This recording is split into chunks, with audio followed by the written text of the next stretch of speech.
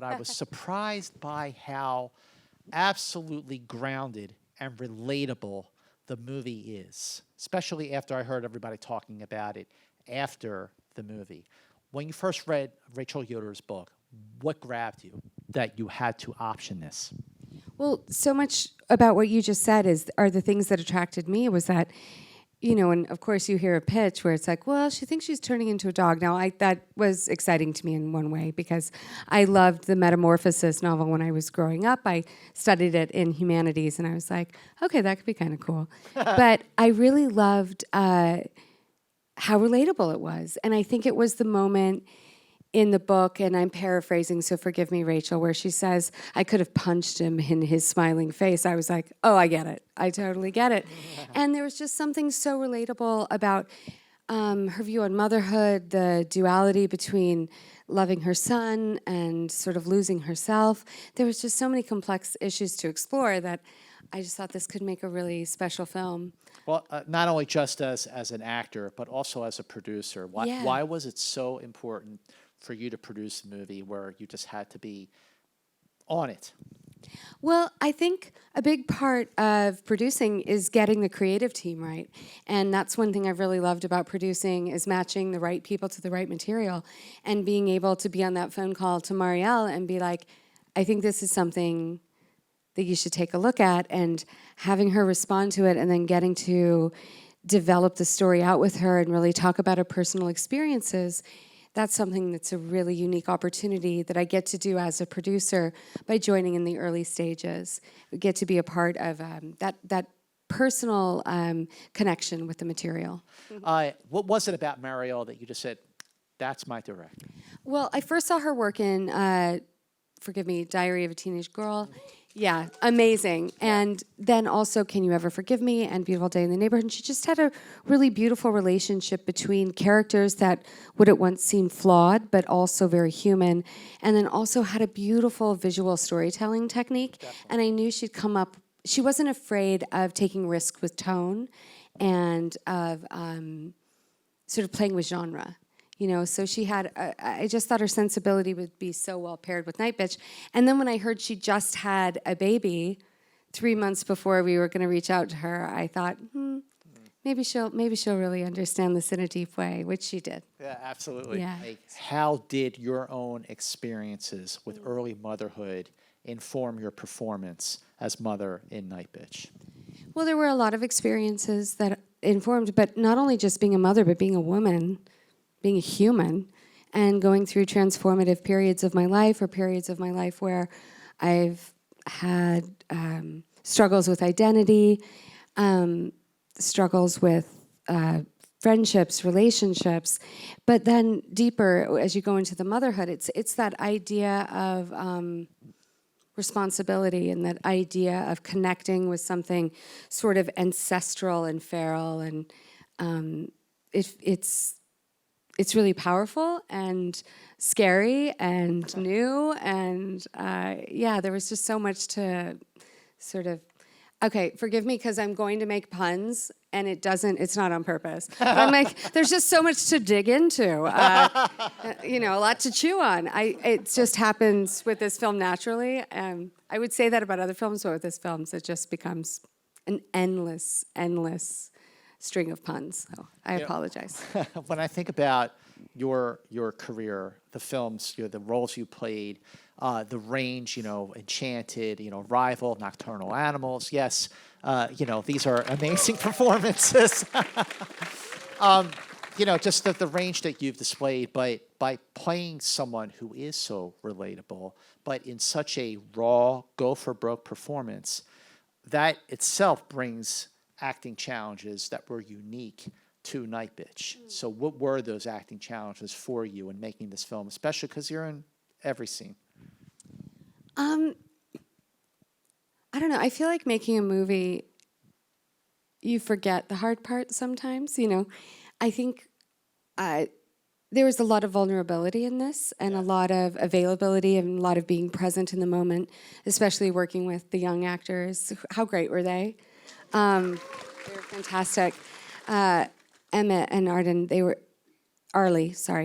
amazing. And Mari did such a great job of casting them and creating an environment that was more like play than work, and that kind of crossed over for us. So all of the challenges that I had in this, or anything that, it was just sort of absorbed by the being very present for the needs of the child, which sort of works for the film. Scoot McNairy is terrific in So the film as great. well. He's Yeah. excellent. In terms of just the, like, let's say a table read, or just first conversations you had with him, again, as an actor, but also as a producer on the film, how did that further develop the on-screen relationship that you have in order to make it feel really authentic? We did not have a ton of rehearsals and a ton of conversations. We had 2 or 3 days. We got together, we talked a lot, we got scenes up on their feet, and it was one of those things that Scoot inherently understood the character. Yeah. And he does such a great job at playing the father who is not the villain. He isn't the antagonist at all, right? He's not. He's wonderful. He just doesn't have all the information and doesn't know the questions to ask. And they're having a real problem with communication in their relationship and living very disparate lives. And what I love about what he brings to it is when he finally does unleash, his concerns are also valid, and it's very true to relationships and so identifiable. And also, I want to wring his neck when I'm, but that's relationships. Like, he can be flawed and also he can be lovely and also be wrong. No, I'm kidding. That sounds too personal. I was like, wait, why did I switch that? But no, he can be flawed, but also be loving and invested. And I think once they're honest with each other, that's how they come back together, is through honesty and accountability, both of them. So, but of course, there is definitely a big scene, big transformation scene, where you do transform into a dog. And it's very like American Werewolf in London stuff. It's awesome.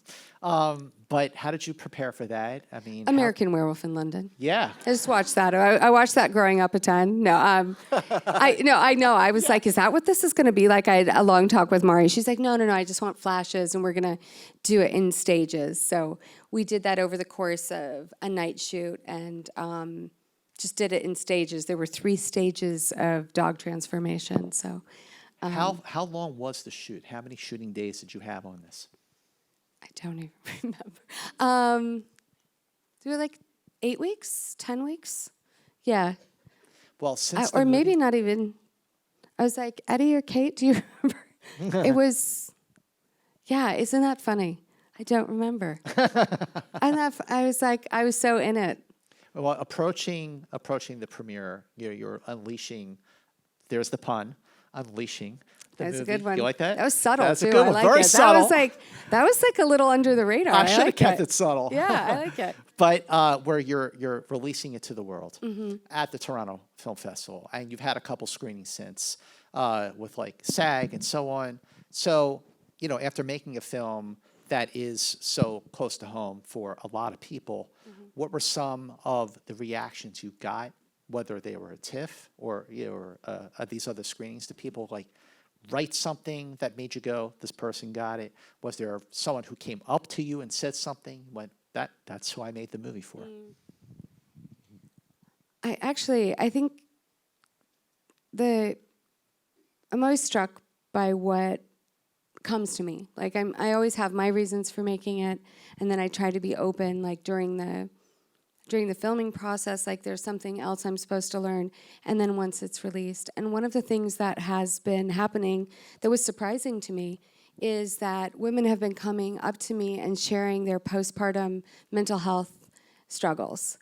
And that was surprising to me. I knew we were dealing with that, but they've been very open, and I'm just really grateful that they feel seen and they know that it's something that we're willing to talk about. Was there a scene that maybe was written that you came together for it, whether it was at a table read or maybe filming that day, where just something came out of the blue and you sort of like pivoted to something else? When you're working with a 3-year-old, every day you're working with them, it's like you're constantly pivoting. So you go into the day with one expectation or one hope, but that's the wonderful thing about working with them. But I would say the painting scene was the scene where it was like, well, we're just going to give him some paints and see what happens. And I was like, okay, but I like, do you guys know, I mean, like, I'm really into continuity. Like, I like to like really pride myself. I get real like Tracy Flick from Election about like I picked up the fork on the same time every time. Like I get really like kind of annoying about it.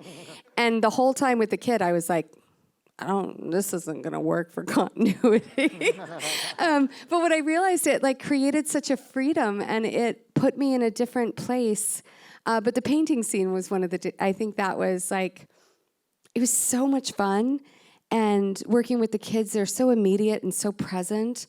And the way that Mari created the set where everybody was involved with the kids, so whether it was props or first AD, our beautiful cinematographer, like, and Mari, like, there was a whole team of people working with the kids at any time. So, but the painting scene, I think, was the most sort of surprising, unexpected, let's see what happens. And it was fun. The tone of the film, how did you and Marielle just make sure that you did like zero in on the sweet spot of the right tone for the film?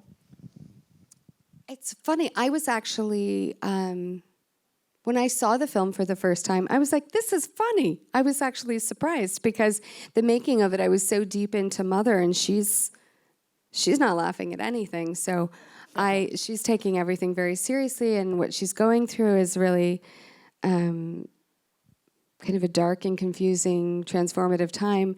So I was so happy to see that we hit that note, and that's why we brought Mari on, is because she's so good at finding that beautiful tone. And what I love about the humor is it's funny because it's true. It's not funny because we're playing a gag or anything. It's because we see ourselves, and that becomes human, and that's funny.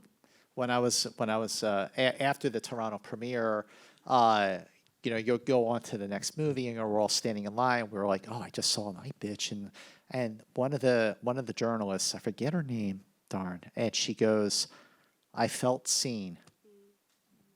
What does that mean to you to hear that kind of connection with the movie, of people who are reacting to it and saying, "I felt seen watching that film"? It's everything.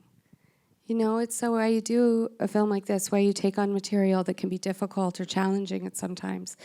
I know, speaking for Mari, that was really important to her as well, because we're talking about subjects that seem taboo but are so universal. And so if people see themselves or feel seen, it's a wonderful, wonderful gift of doing what we do. When I first interviewed you for the very first time, it was in Park City in 2005 for Junebug, right?